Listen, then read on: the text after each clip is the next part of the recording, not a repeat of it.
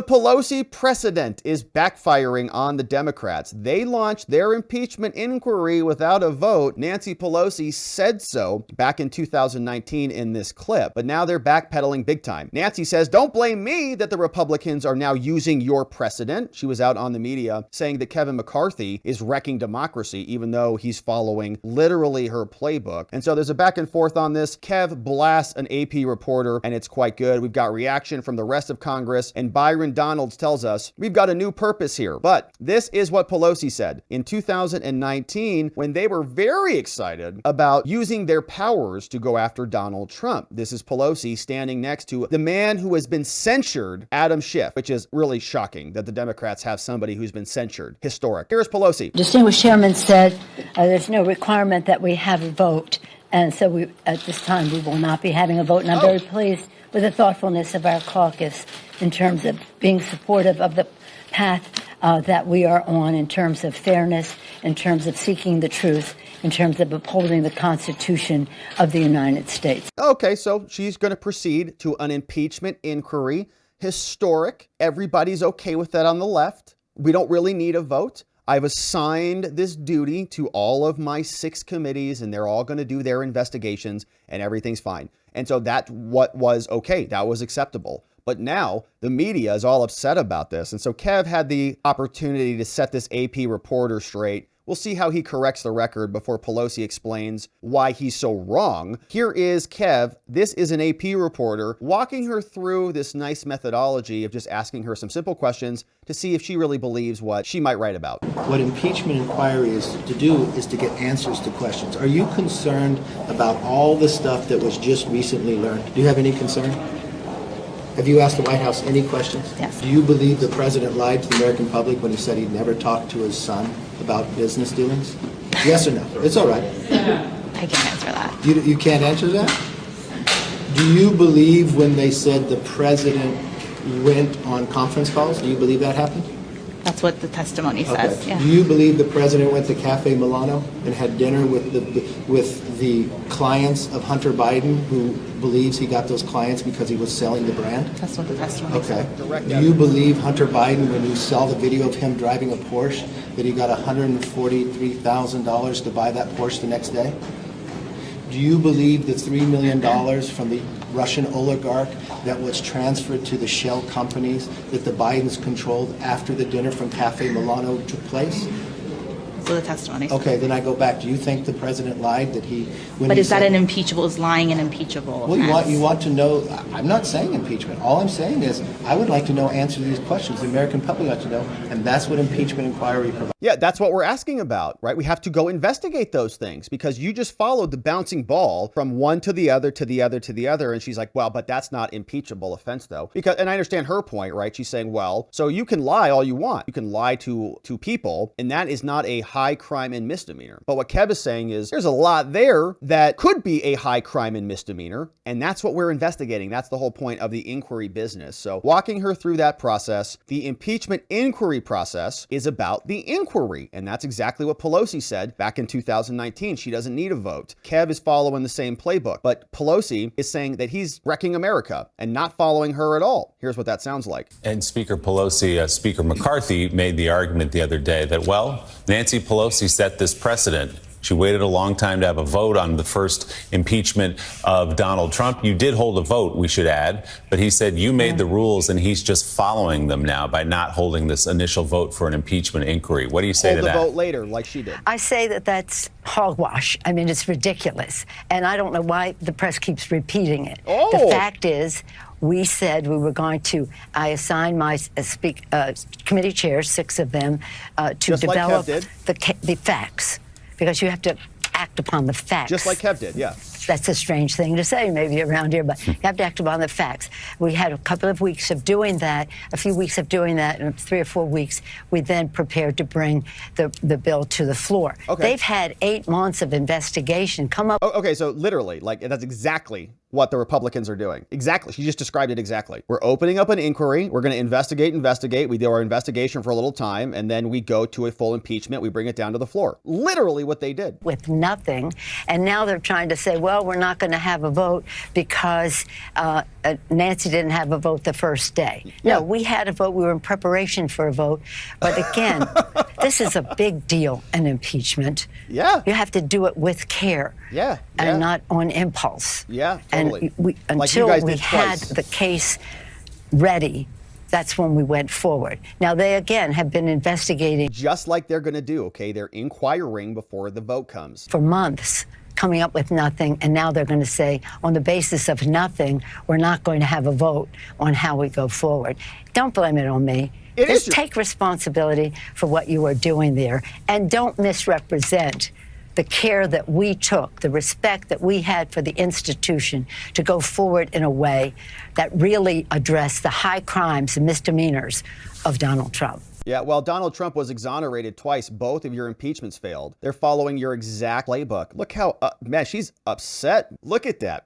And she does not like the fact that MSNBC is upset. She's mad at MSNBC. Maybe the facts don't matter around here to you guys. And maybe you shouldn't even bring this up. It's like it's the most friendly network you could ever possibly be on. And she's agitated that they're asking her about it. And she just admitted that everything Kevin McCarthy is doing is literally her playbook. She just says the Republicans have been investigating this longer via the Oversight Committee. Well, Pelosi, it is your fault. And the Democrats are here because of you. And so the Democrats are really complaining about this. I'll share a couple clips of two Democrats. We've got this guy and Romney. Here is this guy. And this was on the floor of C-SPAN. They're very upset that the Republicans are doing exactly what Nancy Pelosi did. It's amazing. Mr. Speaker, I rise today because the American people are getting a front row seat at the circus that Speaker Kevin McCarthy and extremists in the Republican Party are unleashing on our country. We are 15 days away from a government shutdown that will impact millions of working people. Speaker Kevin McCarthy cannot even get his own party to pass any significant pieces of legislation.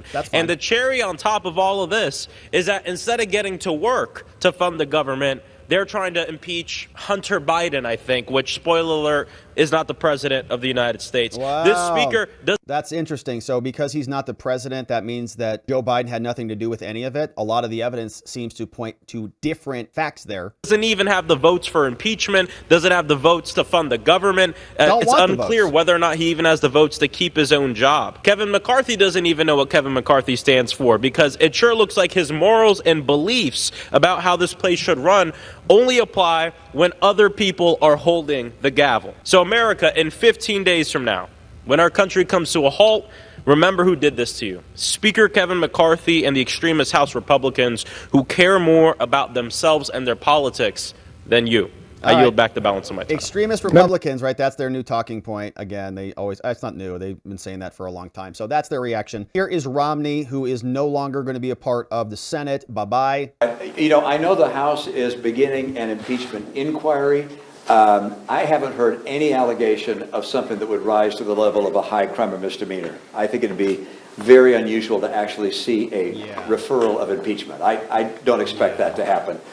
They can inquire and see if there's evidence that shows something else. I don't think they'll find that. I don't know. But there's been no allegation of that. And any hint of that has been denied by the president. So I'm not expecting that to occur. I wonder how many lunches and golf events and phone calls Mitt Romney received and fielded on behalf of his sons, who are also in hedge funds and big money business. Same crap that Devin Archer and Hunter Biden were involved in. Just moving money around and getting access and making deals and doing deals. So I wonder why Romney would be so nonplussed about Hunter having dinners with Joe. Maybe because he has the same dinners and he makes the same phone calls. He probably calls his kids and checks in on the weather too. That's why he's so non-concerned about any of this. The fact is, there's plenty of evidence. We're going to get to it here in a minute. This is another Republican who explains how this works. Over to Jake Tapper. Republican Congressman Steve Womack of Arkansas. He sits on the House Appropriations Committee. Congressman, about the impeachment inquiry, you told an Arkansas newspaper, quote, "We shouldn't be afraid of a fact-finding process as long as it's a fact-finding process." I agree agree, but I mean, hasn't that been what the House Oversight Committee has been doing for the last 9 months? They've done Well, they've been working on it,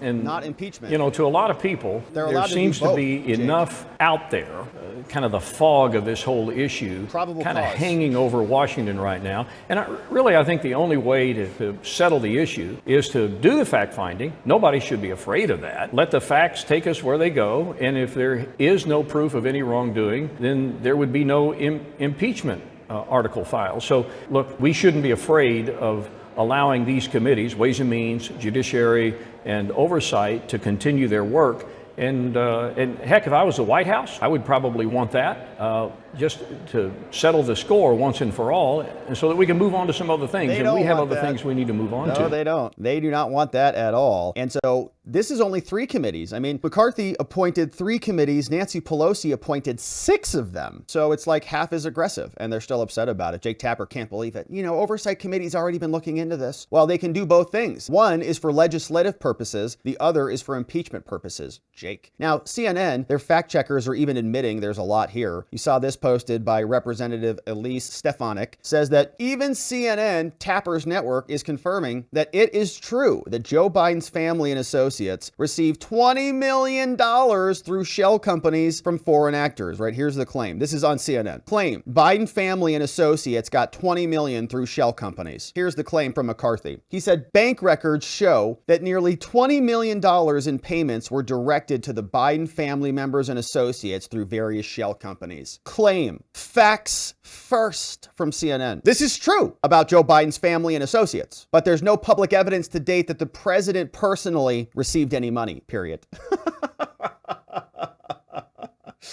Oh, gosh, that's CNN for you, man. This is true about Joe Biden's family and associates, but there's no evidence to date that the president personally received any money. Like, this is the joke that we've been making here. They want a Venmo transaction with an emoji from Hunter to Joe. Like, that's what it's going to take for these psychos. It's kind of cultish behavior. It's just like a religion that they're a part of, it's this no evidence. It's the anti-evidence, evidence denier cult. So they want a big check, a big lottery check from Hunter to Joe. They want a bank transaction from Hunter to Joe saying Joe's cut of Burisma cash. Like, even if you showed them that, I'm not sure that they would buy it. But they do admit it's true that they got $20 million. Now, can they ask the follow-up question, what they get paid for there? CNN? What was that $20 million for that Joe Biden's family and associates got? What was it for? What did they provide? Consulting? So it's like a drug dealer who's getting a bunch of drug money and not selling any drugs. They weren't selling drugs. Maybe they were. Hunter's a crackhead after all. But they're selling access. So something's missing from the equation. You're not getting $20 million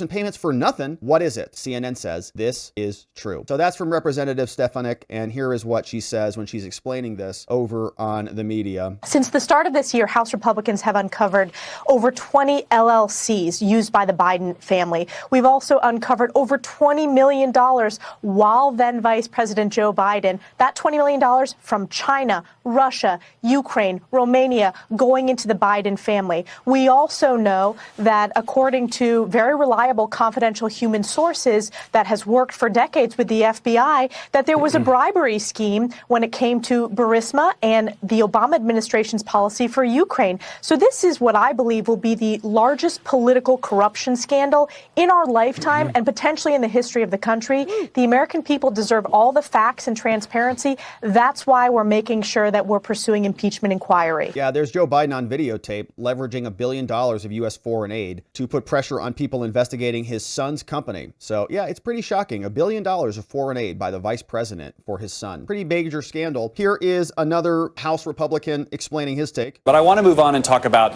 the other big story from the House side of the chamber this week, the impeachment inquiry. The Speaker launching this week, basically unilaterally, not having a vote. When Democrats unveiled their articles of impeachment in 2019, you put out a statement that says, in part, the founders of this country feared a single-party impeachment because it would be bitterly and perhaps irreparably divide our nation. Nancy Pelosi and her radical lieutenants simply don't care. This will backfire on them politically, but it will do serious harm to America in the process. Do those same maxims apply right now as House Republicans, as just one party, appear to be inching towards impeaching the president? Yes, I would issue the same exact tweet right now, because impeachment next to the declaration of war, I mean, impeachment is the heaviest power that the Congress has, and the sole power of impeachment, according to Article 1, Section 2 of the Constitution, is with the House. So it can't be wielded for political purposes, and that's what we were accusing the Democrats of doing against Donald Trump. That is not what is at issue here, and I've gone to great pains to explain this. To everyone who will listen, we are following evidence, and we have a constitutional responsibility to do so. Because if you look at Article 2, Section 4, it says that a president shall be shall be removed from office on impeachment of and conviction for treason, bribery, high crimes, and misdemeanors. The evidence that's come forward that has been developed in all these investigations over 8 or 9 months now shows very clearly that we have serious allegations of some of those categories of infractions. When the Constitution says we must do that, we have to follow the truth where it leads. There's a big difference between allegations and evidence, though. You have allegations. Do you have the evidence of those things? We have a lot of evidence. I mean, we have bank statements, we have text, we have emails, we have whistleblowers from the IRS and the FBI who have come forward and testified under oath. We have mounds of this evidence, and it is incumbent upon us. We have a duty under the Constitution to follow it. Look, I take no pleasure in this. Impeaching a president is a huge thing for the country. It's not something that should be handled lightly, and it's not. And I assure you that the people on the committees of jurisdiction that are doing this investigation are doing it with a heavy heart. We take no pleasure in this. I don't want to impeach a president, but that's where the evidence seems to be going. The inquiry having now been started, if we gather the remaining documents and there's evidence that exonerates President Biden, then so be it. That's where it will be done. But we will have done our duty under the Constitution. It's a very serious matter. So it is a serious matter. The Republicans are after it, and they're creating some energy around it. The Democrats are starting to panic a little bit. This is a fun conversation from Aaron Bean, a representative who has the word of the day for us. Au contraire, my friends. Au contraire. Here's what he says. It's very alarming. And for KJP to say there's no evidence, au contraire, there is lots of evidence. And the lines and the dots continue to be connected. Today, there is a little behind the scenes closed door meeting of those three superstars that have connected so many dots, Smith, Comer, Jordan. And they're going to be charged to continue to connect those dots. And it's every week it seems like there's another dot connected, and it's just alarming. We're going to get to the bottom of it. Yeah, but what are you going to do in terms of your conference, your membership? We know that there are some Republican congressmen who have said you're not there yet. Look, we've got a graphic right here. These are the Republicans who have publicly stated that they do not support an impeachment inquiry. All right, so shout out if you are in one of these states. Your congressman might be insurrecting America by failing to produce support for the impeachment. Colorado, Ohio, Nebraska, Pennsylvania, and New York. Ken Buck, Dave Joyce, Don Bacon, Brian Fitzpatrick, and Mike Lawler from New York. These are the people who are so dense that they can't figure out what evidence looks like. They claim to be smart people, but they don't understand direct evidence, circumstantial evidence. They don't understand how political processes work, apparently. They need direct payments and Venmo transactions. That's Ken Buck of Colorado, Dave Joyce of Ohio. I already read them, thanks. Forward with this impeachment inquiry. And inquiry is the best of both worlds because it says, let's take the next step. Let's take the next step and see, because there's so much smoke, Maria, so much smoke. You don't have 20 shell companies, except for a reason to hide and play the shell game. You don't have over 5,400 fake emails where the president himself is talking about Hunter's business dealings when he said what over and over again. I've never talked to my son about the Biden crime family dealing. So there is so much smoke here, Maria, and this is a great step by Kevin McCarthy to say let's go and see where this evidence leads, and that's what we're going to do. So one of your members told me he wants to see Joe Biden's bank records. Are you going to be able to get that? Are you going to be able to get the bank records that would show an actual deposit of $5 million from the Burisma guy who said $5 million to one Biden, $5 million to another Biden? That's how we keep ourselves protected, according to a whistleblower testimony. What specifically does this inquiry enable you to get that you haven't gotten yet? Well, it narrows the focus to high crimes and misdemeanors. And Maria, taking money from a foreign adversary like Communist China, Burisma, Ukraine, taking money and doing their work. Turns out that's a high crime and misdemeanor. Yeah. So that's what we want to do. We want to focus our efforts to see what's really here. I can tell you this. I can tell you they have stonewalled each and every turn, have denied everything until that dot is connected, and they go, oh, and they try to explain it. So come clean, Biden family. Show us your records if there's nothing to see here. But you just saw the president's press secretary blow up when people have legitimate questions of why the president has suddenly become a multi-millionaire being on a government salary. That's right. Karine did get a little bit upset about that. She said, that is a fact. There is no collusion or evidence of Hunter and Joe. That's a fact, Jack. And of course, she was not happy with the media questions. Now we've got Byron Donalds, who's going to wrap it up for us. He's got a new purpose. And I really think this is what we're going to see in terms of a mechanical change here. We read a lot of letters here. We always get to the final paragraphs of our congressional letters, and there's always that final block. It says, we're Congress. We've got Rule 10 or Rule 7 or whichever rules they're referencing at the time, depending on the letter. And we have broad legislative authority given to us by the Supreme Court, and they reference the cases, right? That whole paragraph now is going to be replaced. It's not legislative purpose. The source energy power is coming from impeachment, which is a different portion of the Constitution than oversight. And this is the legislative purpose oversight. So this is Byron Donalds explaining that and saying we're just marching forward ahead. Well, first of all, the reason why Speaker McCarthy started the impeachment inquiry is because now there is a legislative purpose to the request of information and potentially subpoenas issued to members of the Biden family.